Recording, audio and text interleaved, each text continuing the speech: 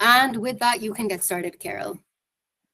Okay, first of all, hi, you all, and welcome to the 23rd session of STEM Quest. I'm very excited to be here. I come all the way from Mexico, so I'm sorry if my accent or my pronunciation is a little bit butchered sometimes. If there's something that you don't understand, you can always just tell me in the chat, and I'll be more than happy to repeat it. But yeah, I'd like to start with a simple question, and if you want, you're more than welcome to answer in the chat. Who do you think decides what questions science gets to ask? If you can answer on the chat, that would be amazing.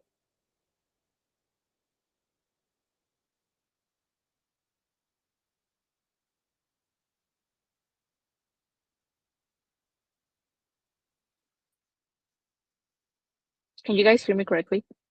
Yes, Carol, could you just repeat the question so I can put it in the Yes, chat box for everyone? yes. Who do you think decides what questions should be asked in science?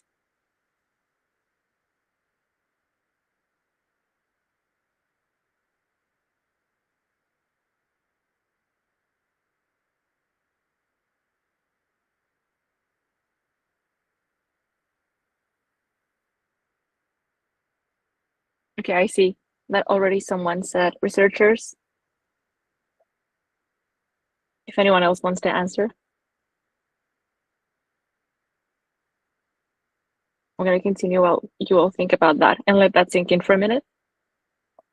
We often think that science advances mainly because of data, technology, or discoveries, but we sometimes forget something that's very essential. Science also advances based on who is asking the questions. For a long time, those questions have mostly come from very similar profiles and very specific contexts, like you already said, researchers, and probably researchers with already years and years of experience and with a very particular interest.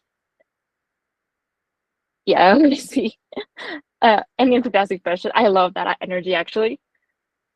And my interest in neuroscience and STEM didn't come from believing I already had answers, but from realizing that many important questions weren't being asked or weren't even being asked from certain lived experiences.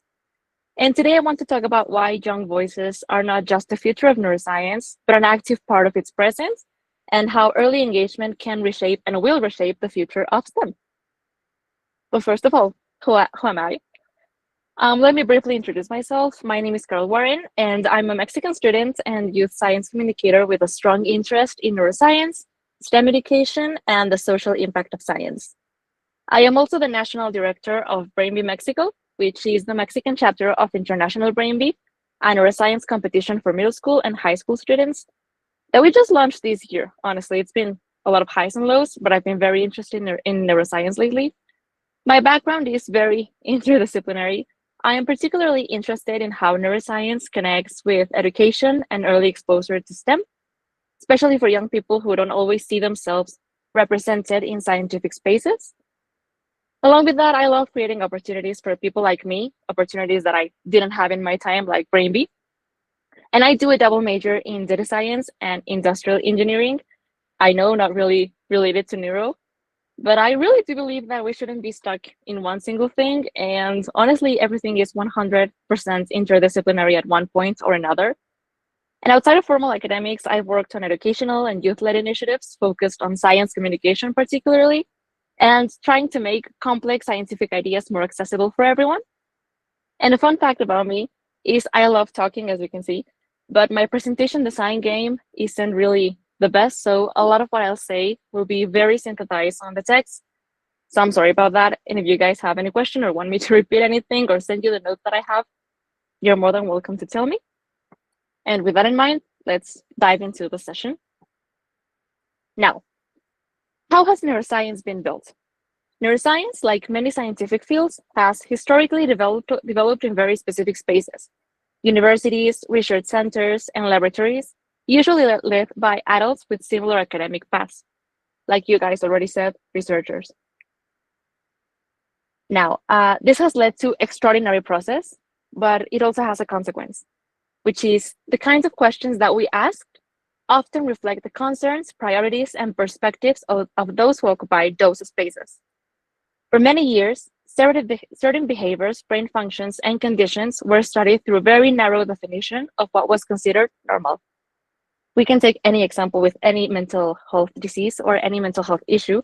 We just got, we just accepted the term neurodivergent, and before that, it wasn't a term that was widely used in neuroscience, and that's actually because of that bias. Now, I want you to take a moment and think about this. What topics related to the brain do you think are still underexplored or misunderstood today? And again, you can answer in the chat if you want.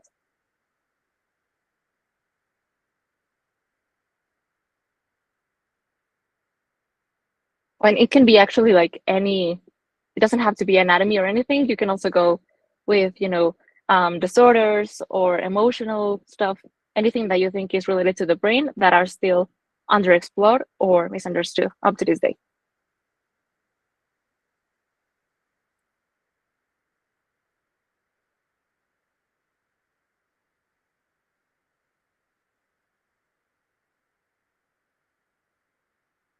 Okay, I love that actually. How long the brain stays active after someone dies. And exactly, it's not a topic that I see that there's any advancement on. Yes, I'll repeat the question. What topics do you think that are still underexplored or misunderstood today? Or you can also say any topic that you think that there isn't enough evidence or that is just completely ignored. Exactly, there's a lot. Psychological impact. There's also a lot about the woman's brain. I follow a page on Instagram that's called Girls in Neuroscience that explains the bias that investigations have towards men brains. And they don't really investigate how the female brain works up until this year. And there's a lot of, like a big gap between those two. Exactly. Why women, I love that question actually. Why women are more affected in Alzheimer's. Yeah, definitely. And it's not something that I think we will be sadly seeing up to this day because there's still a big gender gap. But many of these topics are closely connected to mental health, neurodiversity, technology, identity, emotions, women's health, areas that are central to young people's everyday lives. This leads us to an important idea. When who asks the questions change, what science is also change. We have to change with them. Now, what do young people bring to neuroscience? Young people don't only contribute enthusiasm. They bring in 3 key elements. New questions. Young generations grow up surrounded by technology, social media, and increasingly open conversations about mental health, identity, and diversity. This environment shapes not only what young people know, but how they come to know it. The way that they actually get this information and the sites that they actually, like to get information from. I'm going to change the slide real quick. Access to information today is faster, more decentralized, and less dependent on traditional academic institutions. Think about it. How many times do you want to search up something and you just open either Gemini, ChatGPT, Google, and you just type in what you want to know, and this artificial intelligence and search engines already just find the information for you, and you don't really need to go to an academia, find published papers, and do the whole process. Scientific context, psychological terms, and neuroscientific ideas circulate through videos, online discourses, discussions, podcasts, and digital communities. This means that curiosity is often sparked long before formal education introduces these topics. Personally, I find a lot of this information on LinkedIn, something that I don't study because it's not in my career. Importantly, this access does not simply increase the quantity of information, it changes the relationship young people have with knowledge. They are not only passive recipients, but active explorers, comparing sources, questioning narratives, and connecting information to their own lived experiences. For many young people, concepts like anxiety, attention, neuroplasticity, or neurodiversity are not abstract terms. It's something that we already know. They are concepts linked to daily experiences, academic pressure, constant digital stimulation, identity formation, and social interaction in online spaces, especially if we think about the attention span that we currently have. This lived proximity to neuroscientific concepts generates a different kind of curiosity. Not curiosity only driven by textbooks, but curiosity rooted in personal relevances and how these topics affect us directly. Young people begin to ask not just how does the brain work in general, but how does my environment shape my brain? How do digital platforms influence attention, emotion, and my reward systems? And how should neuroscience evolve to better reflect neurodiverse experiences? Like I said, access does not create experts. It creates question askers, which is why I ask, what do you think? Who do you think should ask the questions in science? These questions emerge at the intersection of science and society. They invite neuroscience to expand beyond isolated mechanisms and engage more seriously with context, with development, with diversity, how environment shape brain development. Brains do not develop in isolation.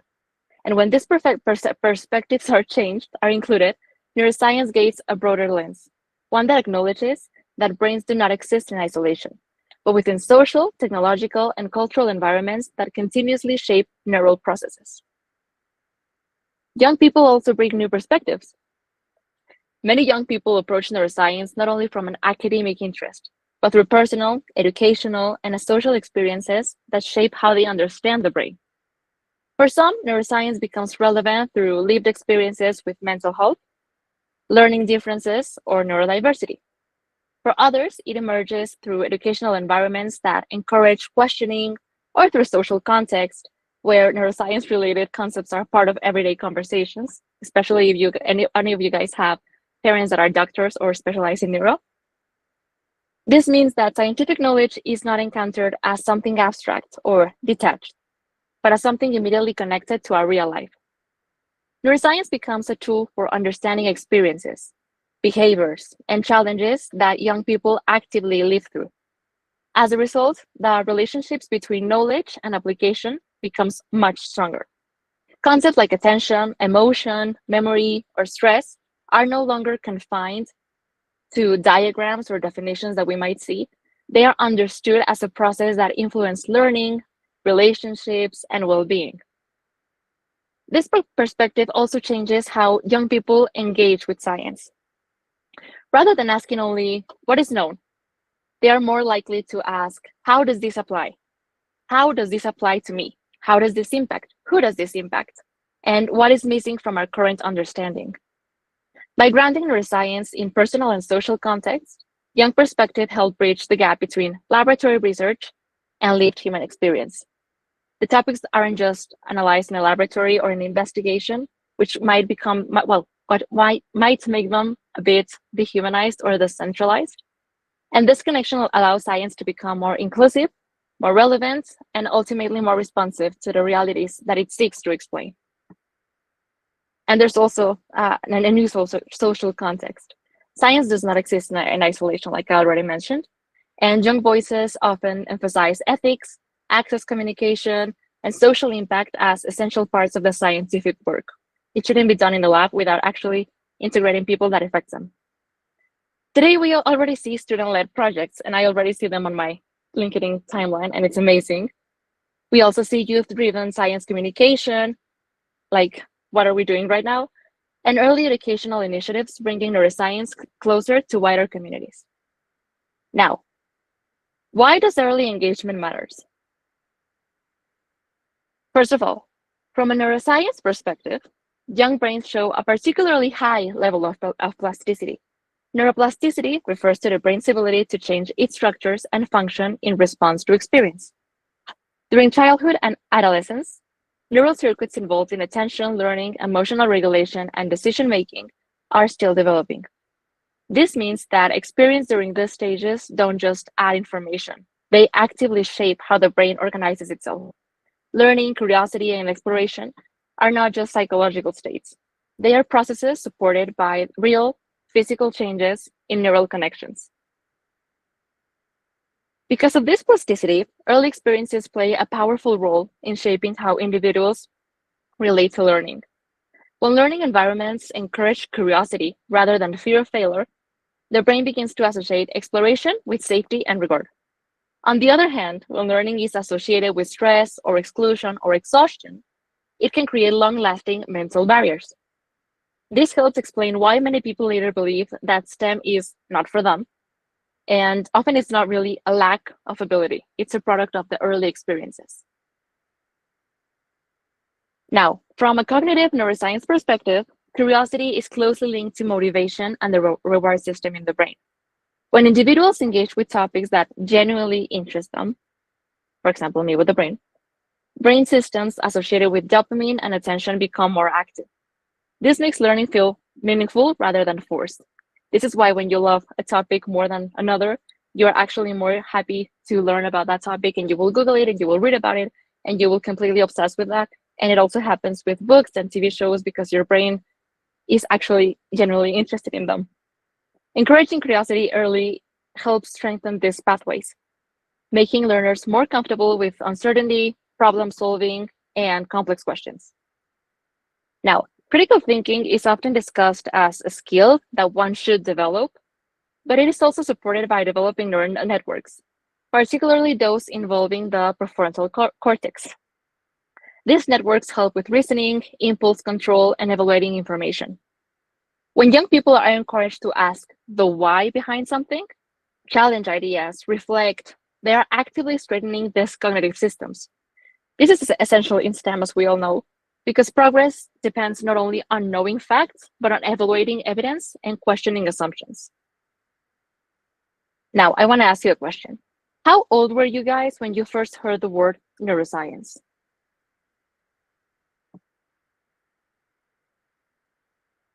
And you can also put it in the chat.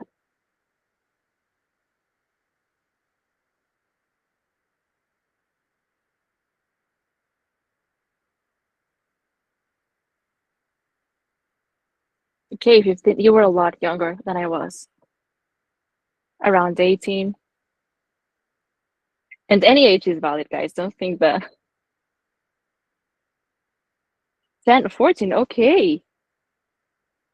I think you guys were a lot earlier than I was because if I'm honest with you, I just found out about neuroscience, I think this year or last year, because I truly believe that it was only neurology, or in Mexico, it's neurología. And I generally had no clue that neuroscience was a different area of interest and of analyzing. But I love that you guys were so young. I was in middle school, thought it was like, the same thing happened to me. I looked up neuroscience and it was like, I love that word. It's like a mixture. I love it. But for many people, especially in, third world countries like Mexico, that moment comes very late. And with it, it often comes moment like, this isn't for me, or I'm not good enough for science, or there's no representation of me in science. And programs like STEM Quest help break those barriers very, very early on, which is something that I love. Now, early exposure to STEM fields also plays a key role in building confidence. When young people see themselves engaging with scientific ideas early on, they begin to develop a sense of belonging in those spaces. Science becomes something they science becomes something they participate in, not something they observe from a distance. And this sense of confidence can influence long-term choices, from academic paths to career aspirations, which I'm very sure that already happens, because if you're here today, I think that you're very interested in science, and either you're already pursuing or you might pursue a career in STEM or in neuro or in medicine or in any related fields, which I think it's awesome. And this is why early supportive programs matter so deeply. They don't just introduce content, but they actually create environments where curiosity is valued, questions are welcomed, and mistakes are seen as a part of learning. By engaging young minds early, programs like STEM Quest, for example, help shape not only what students learn, but how they approach learning, with openness, confidence, and responsibility, and curiosity mostly. But beyond biology, there is something equally important. Early exposure helps people stop seeing science as something that is distant or unattainable. Now, not everything is happiness. What are the challenges and responsibility of the young people in STEM? Well, why romanticizing youth in STEM is a risk. It is important to not romanticize youth involvement in STEM. Youth participation is often presented as inherently positive, and as if enthusiasm alone were enough to produce meaningful scientific work. But curiosity without guidance can easily turn into misinformation, superficial understanding, or burnout, or especially overwhelming with a lot of information, because there's a lot of information that one wants to know when they're starting. And when we romanticize early involvement, we risk placing pressure on young people to perform, achieve, or specialize too quickly, instead of allowing them to explore and learn at their own time. And now, this is not really a question that I have asked, but I'm really curious. How many of you guys do you feel pressured about your involvement in STEM at this point in your lives? And I'm going to type the question in the chat because that one is not in my presentation. Give me a second.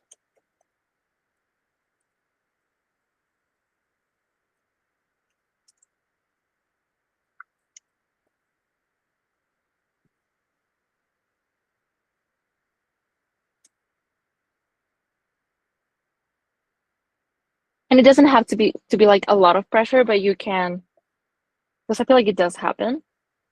And I'm curious if you guys feel that way, especially if you're young.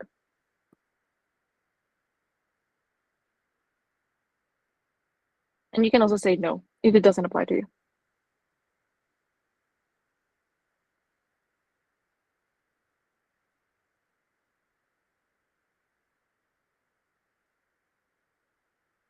Okay, while you guys are answering, I'm going to continue.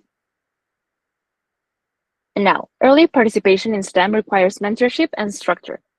Mentors provide more than technical knowledge because they model how to think, how to question, and how to navigate uncertainties. Structure helps young learners understand that science follows methods, standards, and ethical procedures. Without structure, scientific curiosity can become fragmented or disconnected from rigorous inquiry. Effective mentorship creates safe spaces when questions are welcomed, mistakes are normalized, and learning is prioritized over performance. Scientific work requires rigor, critical thinking, and responsibility, regardless of the age. Being young in STEM does not mean lowering standards, but it means learning early how to evaluate evidence, question assumptions, and distinguish between curiosity and conclusion. Critical thinking allows young scientists to engage with complexity without oversimplifying it. I'm so sorry. I don't know why my brain decided to go, which is essentially and feels like neuroscience, particularly. Science carries ethical responsibility, especially when it involves human behavior, mental health, or cognitive processes.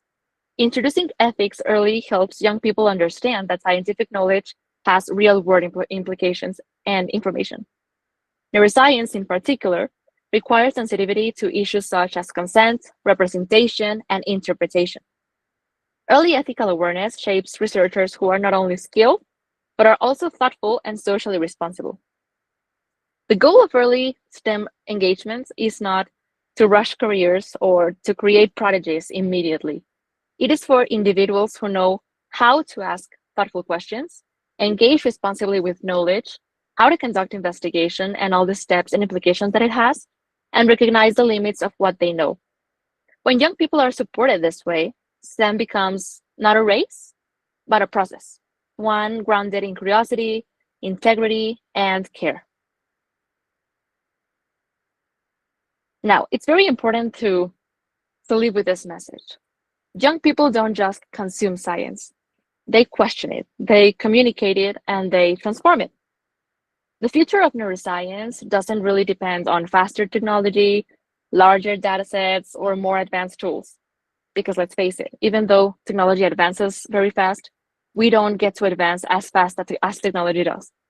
It also depends on whose voices are present in the scientific conversation and which questions we choose to take seriously, which is why it's very important that us as the younger generation are very involved in neuroscience, because it's a topic that is sadly, well, not sadly, but it is investigated by a lot of adults or specialists with a lot of experiences. And we usually think of neuroscience investigation, and we do not think that we, as the younger generation, have a place in that table. At least that's what happened to me. Every time I hear about neuroscience, it's always someone with a PhD or someone with 3 specializations or someone that's very far ahead of my time. And I know that I have questions that should be investigated. I know that I have questions that are valuable. And I know that I have very particular points of views of topics that are already investigated, that are valuable, and that should be included. If not directly investigated by me, they might as well just be included and taken into account when people are investigating these topics. And I fear that it's a very big gap, honestly, between not only in gender wise, but also in the way that, specialists in neuroscience include young people. I feel like we aren't taken as seriously as we should. But I think it's honestly our, I wouldn't say a right, but it's something that we should actually start doing and getting involved in any conversation that there is about neuroscience, because it's something that affects us directly. Especially, for example, like you guys were saying, neurodiversity or learning processes, because it's something that affects us directly and something that we should be taking into account. I've also experienced this personally through my involvement in BrainB and through my exposure in laboratory and academic environments. Because what struck me early on was that being young in scientific spaces didn't mean lacking ideas. It often meant seeing things differently. Because let's face it, like I mentioned, the people that are leading the investigations already have ages of experience. And let's face it, what worked for them and what they learned isn't what's really being taught today. So, for example, the way they learned about mental health is not something that we agree with. Well, particularly me, I don't agree with a lot of the things that were taught in that time. I see it mostly with women being called hysteric at that time. And right now it's not that we're hysteric, it's just hormones. It's just a lot of neural processes, a lot of stuff that goes biologically in our bodies. And being surrounded by neuroscience content at a very young age, I would say, pushed me to ask questions, not only about mechanisms, but about meaning, impact, application, and why does this work? And why does this affect me? And who does this affect? And for example, in spaces like BrainB, science wasn't presented as something distant or reserved for experts. It was presented as something to engage with, something to question, to have fun, to discuss, to connect. We had an actual medical case that the kids had to investigate, and it was about a girl that was exactly their age. So, it was something that they would actually apply in their life. And similarly, when I had the opportunity to observe a laboratory environment, I realized that science is not only about knowing the right answers, but it's about learning how to think, how to collaborate, and how to sit with uncertainty. And this experience helped me understand that young people often need, well, what young people often need is not more ability, but more access. Access to spaces, to mentors, to conversations that invite them in rather than keep them at a distance. Because like I mentioned, I don't know if a lot of you guys have been through this, but I feel like sometimes people don't really take you seriously because you're young, but I feel like that's the people that you have to be taken seriously. And that realization changed how I see my role in STEM, honestly. It's not just about learning scientific concepts or preparing for a future career and gaining money. It's about recognizing that we already have a place in the scientific process as questions askers, as communicators, and as critical thinkers. And when young voices are included early on, science becomes more reflective of the world it aims to understand. And our responsibility as young people in STEM, and it's something that I want you guys to leave this session with, isn't to have all the answers. Our responsibility as young people in STEM, it's not to know everything. It's not to try to know everything. It is just to remain curious, remain ethical, and remain mostly engaged with what's happening in the STEM world. Because in science, sometimes the most transformative discovery doesn't come from a new piece of technology. It doesn't come from a new data set. It actually comes from just changing the questions. Because how many times have you been in an academic investigation and you are Googling a lot of information and you can't find what you're looking for? And magically, when you change one word or when you actually change the focus of the word of the question that you're asking, you get all the information. So yeah, if you need me, guys, this is my Instagram and this is my LinkedIn. And also, if anyone happens to be from Mexico or has any friends in Mexico and that could be interested in joining BrainB, there's also the BrainB social media account, or if you guys want to follow or just are curious about what we do or anything about neuroscience in Mexico, And if you guys need me to send you the notes of today's presentation, because I don't know why my pronunciation is lagging so much, you can send me an email and I'll be more than happy to send it to you. And yeah, I don't know if you guys have any questions about to me or anything. Okay, if you guys have any questions, please do drop them in the chat box. If I want to give you a couple of personal comments, Carol, this was such an Yes, sure. engaging and wonderfully informative Thank session. I do not know why you keep on apologizing for the way you pronounce words. You speak so well and you speak so eloquently. You never have to apologize for that. Thank you for being here, for putting in the time to be a part of STEMQuest 3.0, especially for a topic that's so needed to be talked about. I think you're doing a wonderful job. Thank you very much. Yeah, I don't know why in my brain, like my pronunciation was just very Mexican today for some reason. And I was like, I wonder if they are actually understanding what I'm saying. No, you're a very wonderful speaker. You have great clarity. Thank Don't worry. Thank you. If you guys have any questions, sorry. And I was already checking the chat, and I see a lot of comments that I didn't read about the last question.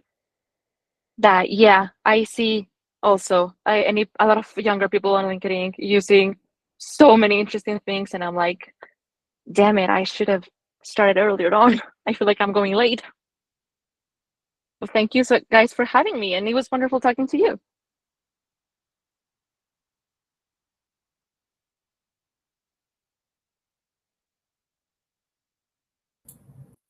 Okay, I think there are no questions. If there are no questions, then we Perfect. can go ahead and conclude the session. Once again, thank you, Carol, for your time. It was a wonderful session, and I'm sure everyone really enjoyed it. You can see Thank it with all the thank yous and great presentations in the chat box. Thank you. Thank you so much for having me, and I hope you guys have a wonderful rest of your day. Of course, of course. I'll conclude the session now.